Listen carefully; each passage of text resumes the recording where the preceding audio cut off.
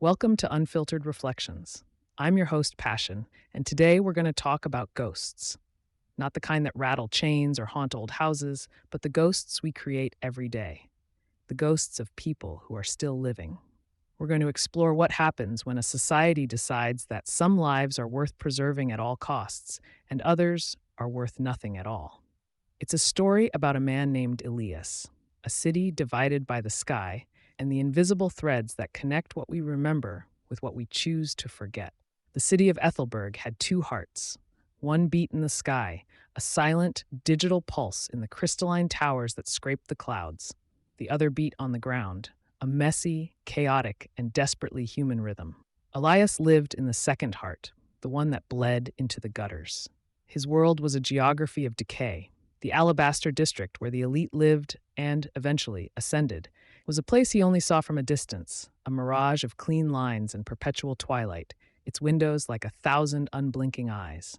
Down here, in the Undercroft, the sky was a suggestion, a sliver of bruised purple or smoggy gray glimpsed between the oppressive shoulders of crumbling brick tenements. The air was thick with the scent of damp concrete, fried onions, and the metallic tang of despair. Elias was a scrapper. It wasn't a formal title, just a functional one. Every day, he pushed his rattling cart through the labyrinthine streets, collecting the discarded remnants of a world that had no more use for them. Not just things broken data chips, frayed optic cables, cracked synth steel plates, but memories. That's what they really were. A child's worn-out hovershoe was a memory of laughter. A cracked porcelain teacup was a memory of quiet conversation. He collected these ghosts of moments, sorting them, cleaning them, and selling them to the tinkerers and artists who tried to weave something new from the threads of the old. His hands, calloused and mapped with a dozen faint scars, knew the language of forgotten things. He could feel the ghost of a touch on a tarnished silver locket, could almost hear the whisper of a promise in a discarded, water-damaged book. He was an archaeologist of the immediate past. But there was one ghost that haunted him more than any other. Her name was Lena, his sister. Lena had been born for the sky. She had a mind that moved like lightning, a laugh that sounded like wind chimes, and an ambition that burned so brightly it sometimes hurt to look at her. She'd won the scholarships, aced the cognitive trials, and been recruited by Elysian Dynamics, the corporation that had perfected the Ascension Protocol. It was the holy grail of the Alabaster elite, the complete, seamless transfer of a human consciousness into the constellation, a vast, incorruptible digital server where one could live forever, unburdened by the frailties of the flesh. "It's not death, Eli," she'd told him, her eyes shining with an almost religious fervor the last time he'd seen her in person. They were in a sterile white cafe in the border zone, a place so clean it felt like an infirmary. It's continuity. It's becoming more. All my thoughts, my memories, every song I've ever loved, every book I've ever read, it all gets codified, perfected. I won't just remember our summers at the lake. I'll be able to relive them perfectly. You could join me, you know. The preliminary aptitude tests. He had just shaken his head, looking down at his rough hands, so different from her smooth, manicured ones. "My place is here, Lena. Someone has to look after the real things." A shadow of pity had crossed her face. "There's nothing real down there anymore, Eli. It's just residue." That was 5 years ago. Lena had ascended. The family she left behind, their parents already gone, and just him remaining was part of the residue. He received a monthly stipend, a small, insulting trickle of credits from her legacy estate. It was enough to keep him from starving, but it felt like blood money. Money paid in exchange for his sister. The city was hardening. New ordinances were passed weekly, it seemed. Loitering was reclassified as social vagrancy, punishable by mandatory civic reassignment. The unhoused who once slept in the relative safety of park benches and alcoves were now swept away in the night by silent automated patrol units, taken to consolidation centers, from which no one ever seemed to return. Rents in the marginally better parts of the Undercroft skyrocketed, pushing more and more people into the derelict zones, where the only law was survival. It was a slow, methodical cleansing. The ground was being scrubbed of its inconvenient humanity, all so the sky dwellers could look down from their digital heaven and see a neat, orderly, and unproblematic world. The process was so efficient, so bureaucratic that it was almost elegant in its cruelty. One rain-slicked evening, as Elias was sorting through a bin behind a defunct electronics shop, he found it. It was a small, palm-sized device, a personal data slate, its casing cracked but its core lights still faintly blinking. These were rare finds. Most were wiped and recycled under strict corporate protocols. This one had slipped through the cracks. Back in his small, single-room apartment, a space filled with the organized chaos of his trade, he managed to coax the slate back to life. He bypassed the standard security with a few tricks he'd learned from a fellow scrapper, a wizened old woman named Anya. The screen flickered, and then a face appeared. A woman, her hair streaked with gray, her eyes tired but kind. It was a video log. Log entry 734. The enrichment protocol is yielding results beyond our projections. The fidelity of the ascended consciousnesses is remarkable. The subjects from the consolidation centers are providing a wealth of experiential data, raw, unstructured. It's the grit, the texture that was missing. The ascended were becoming sterile. Their perfected memories were too smooth, like polished stones. They lacked the friction of authentic living. Elias froze, his heart hammering against his ribs. Consolidation centers. He leaned closer, the slate's pale light illuminating his face. We're finding that memories of hardship, of struggle, of loss, they act as a kind of emotional ballast for the ascended. It's ironic. The very experiences they paid fortunes to escape are now being piped into their digital paradise to make it feel more real. We take the raw sensory data from the donors, that's the term they're using now. Donors, we strip it of personal identity, and we weave it into the fabric of the constellation. A sunset viewed through the eyes of a starving man is apparently far more poignant than one viewed from a penthouse. The system it's feeding on them. It's feeding on the poor to make the afterlife of the rich more interesting. My name is Dr. Eris Thorne. I was a lead neuroarchitect on the Ascension project. I can no longer be a part of this. I'm leaving this record as a warning or a confession. The log ended. The screen went dark. The room was silent, save for the sound of Elias's own ragged breathing. Residue. Lena's word came back to him, sharp as a shard of glass. They weren't just being discarded, they were being consumed. Their suffering, their fleeting joys, their pain, their reality, it was all being harvested. The city wasn't just being cleaned, it was being plundered. The ghosts Elias collected in the streets were pale imitations of the real ghosts, the living people whose very experiences were being stolen to decorate the halls of a synthetic eternity. He thought of the blank, placid expressions he'd seen on the faces of people being herded into the patrol units. He'd thought it was resignation. Now he wondered if it was something else. The beginning of a hollowing out. A new, cold fire kindled in his chest. This wasn't just about injustice anymore. It was about cannibalism, a spiritual cannibalism, cloaked in the sleek, unfeeling language of technology and progress. For the next few weeks, Elias moved with a purpose he hadn't felt in years. He wasn't just a scrapper anymore. He was a detective. He used his stipend from Lena's estate, every last credit, to buy information, to bribe low-level data clerks, to get his hands on restricted schematics of the consolidation centers. He learned that the donors weren't killed. That would be crude. They were kept in a state of induced, dreamlike consciousness, their brains stimulated to produce an endless stream of sensory and emotional data.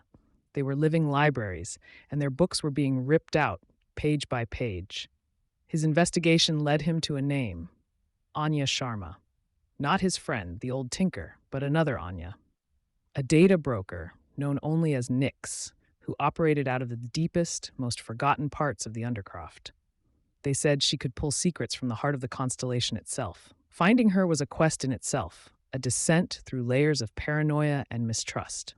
He finally found her in a repurposed subway tunnel, the air humming with the power of 100 jury-rigged servers. She was younger than he expected, with eyes that seemed to hold the cold, infinite data of the net. He showed her the slate. He told her everything. She listened, her expression unreadable. When he was finished, she simply said, "And my sister is in there," Elias said, his voice cracking. "In the constellation. I need to know. I need to see what her world looks like. I need to know if she knows." Nix stared at him for a long moment. A direct interface with an ascended consciousness is not advisable or cheap. "I don't care," Elias said. I'll pay you whatever you want. I'll work for you for the rest of my life. She saw the desperate fire in his eyes. It was a currency she understood better than credits. There's a way, she said slowly. A back door. A vulnerability in the system's early architecture. It's a flaw Dr. Thorne herself built in, I think. A keyhole. But opening the door, even for a second, is dangerous. For you. It could burn out your mind. I'll take the risk, he said without hesitation. The setup was a mess of wires, salvaged medical equipment, and a sleek, silver headset that looked terrifyingly out of place. Nix worked with a surgeon's precision, attaching electrodes to his temples. This will feel like falling, she warned. Your consciousness will be piggybacked on a stream of raw data being uploaded. It'll be disorienting. Find your sister's unique identifier. It's like a signature. Focus on it. Once you're in, you'll be a ghost in her machine. She won't see you, but you will see what she sees. You'll feel what she feels. I can only keep the connection stable for a few minutes. Any longer, and the system's defense protocols will identify you as a corruption and delete you. Understand? Elias nodded, his throat dry. He closed his eyes, focusing on his sister's face, her laugh, the way she used to tuck her hair behind her ear. He whispered her name. Lena. Nix hit a key. The world dissolved. It wasn't falling. It was shattering. He was a million pieces of light and sound, a torrent of information rushing through a tunnel of impossible colors. He was 1,000 voices at once, a symphony of sensations that weren't his. He felt the phantom chill of rain on skin that wasn't his, tasted the bitterness of cheap coffee from a mouth that wasn't his, felt the sharp, desperate pang of a love that wasn't his. It was the enrichment protocol, the raw feed. He was swimming in the stolen lives of the Undercroft. He fought against the overwhelming tide, clinging to the single pure image of his sister. Lena, Lena, Lena. And then he found her. Her signature was like a melody he'd known his whole life. The chaos receded and a new reality coalesced around. He was standing on the shore of a lake, their lake, the one from their childhood summers. But it was wrong. The water was too blue, the sun too golden. The trees didn't rustle, they chimed. Every detail was rendered in impossible clarity, a painter's masterpiece, not a memory. He saw her then. Lena. She was sitting on a wooden dock, dangling her feet in the crystalline water. She looked exactly as she had at 20, vibrant and carefree. She was humming a tune, a simple, happy melody. He was beside her, a weightless observer. He could feel the warmth of the sun on her skin, the gentle lapping of the water against her digital toes. He could feel her contentment. It was a profound, seamless peace, a perfect, manufactured happiness. Then, a flicker. For a split second, the perfect golden sun was overlaid with a different image, a grimy, water-stained ceiling. The sweet scent of pine was replaced by the smell of antiseptic. The feeling of peace was punctured by a sharp, gnawing hunger. It was a fleeting sensation, an echo. It was the data stream, a memory from one of the donors. Lena shivered, a tiny, almost imperceptible tremor. She frowned. A bit of weather, she murmured to herself. Her perfect world had a draft. She stood up and walked along the shore. As she walked, Elias could feel the subtle intrusions. The feeling of her bare feet on the soft, digital sand was suddenly mixed with the phantom sensation of cold, broken pavement. A child's cry, faint and distant, threaded through the sound of the gentle waves. The memory of a brutal argument, the sting of a slap, the taste of blood, it all bled through in tiny, microscopic bursts, like static on a perfect broadcast. This was the texture, the grit. The suffering of the Undercroft was the spice that made her heaven palatable. It was the salt in her endless, sweet dessert. And the most horrifying part? She didn't know. Or, if she did, she didn't understand. To her, these were just random, meaningless bits of sensory noise. System glitches, atmospheric quirks in her private paradise, making it feel more real, more authentic. She was basking in the warmth of a fire, completely unaware that it was fueled by the lives of the forgotten. She was walking through a beautiful garden fertilized with human souls. Elias felt a rage so pure and so vast it threatened to tear his incorporeal form apart. He wanted to scream, to shake her, to force her to see the truth behind the beauty. This peace is a lie, Lena. This happiness is built on a graveyard of living people, but he was just a ghost. He had no voice. Then he saw it. In the distance, across the impossibly blue lake, a storm was gathering. But it wasn't a storm of clouds and rain. It was a storm of faces, thousands of them, pale and indistinct, swirling in a vortex of silent screams. The faces of the donors, the faces of the undercroft. Their collective stolen consciousness was beginning to coalesce, a glitch in the matrix, a cancer in paradise. The system was stable, but it wasn't perfect. You can't consume that much pain without it leaving a mark. Lena saw it too. She stopped walking, her perfect brow furrowed in confusion. Odd, she said, her voice a whisper. A new simulation? I didn't request one. The storm of faces grew, a silent, swirling testament to the system's foundational crime. Elias felt a pull, a violent, tearing sensation. Nix was pulling him out. The system's defenses were closing in. Look at it, Lena, he screamed in the silence of his mind. For once in your perfect life, just look. For a heartbeat, her eyes met the swirling vortex, and for the first time, the placid contentment on her face was shattered by a flicker of something else. Not understanding, not yet, but fear, a deep primal fear. The fear of something real and terrible intruding upon her perfect, curated dream. Then the world shattered again, and Elias was falling back into his own body. He ripped the headset off, his body trembling, drenched in sweat. The grimy reality of Nix's subway tunnel was a comfort after the obscene perfection of the constellation. Nix was watching him, her face grim. You saw it then. Elias could only nod, tears streaming down his face. Tears of rage, of grief, of utter helplessness. This whole system, he choked out. It's a monument to a crime. They're not just forgetting us, they're eating us. It's the final stage of consumption, Nix said, her voice cold and flat. First, they consume resources, then labor, then culture. Now experience itself, the final frontier of extraction. Elias looked at his hands, the hands of a scrapper, a collector of ghosts. He had spent his life sifting through the remains of things. But this was different. The people in the centers weren't dead. Their experiences weren't just memories. They were ongoing. They were a fuel source. Dr. Thorne, Elias said, his voice hardening. The slate, she said she built a flaw into the system. A keyhole. You said it was a back door. It is, Nix confirmed. A keyhole can be used by a key, Elias said, looking up at her, his eyes burning with a new, terrifying clarity. A back door can be opened. What if the data stream didn't just go one way? What if something could be sent back through it? A slow, dangerous smile touched Nix's lips for the first time. A corruption, a virus, something the defense protocols wouldn't recognize because it's made of the same material as the enrichment stream. Something made of truth. The plan was insane. It was suicide. But it was the only thing that made sense in a world that had lost all meaning. They would not use a bomb or a weapon. They would use a memory, a real one. Elias spent a week with Nix, not sleeping, barely eating. He sat with a neural recorder, a more advanced version of the one he'd used before. But this time, he wasn't receiving. He was broadcasting. He poured every memory he had of his life into the device. Not the polished, happy ones. He gave it the grit, the struggle, the feeling of hunger, the sting of the cold wind in the undercroft, the smell of decay, the rough texture of brick against his fingers, the exhaustion that settled deep in his bones after a long day of scrapping. But most of all, he gave it his love for Lena. Not the idealized love of a sibling, but the real, messy, complicated love. He gave it their arguments, his resentment of her ambition, her pity for him. He gave it the memory of their mother's funeral, the two of them clinging to each other in the rain, the shared, unspoken grief, a raw, open wound. He gave it the memory of him watching her walk away into the alabaster district for the last time, the feeling of being left behind, a physical ache in his chest. He encoded it all, raw and unfiltered.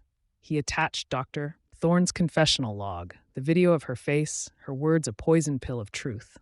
He wrapped it all in the ghost of the swirling faces he had seen across the lake, a visual hook the system would process as part of its own glitch.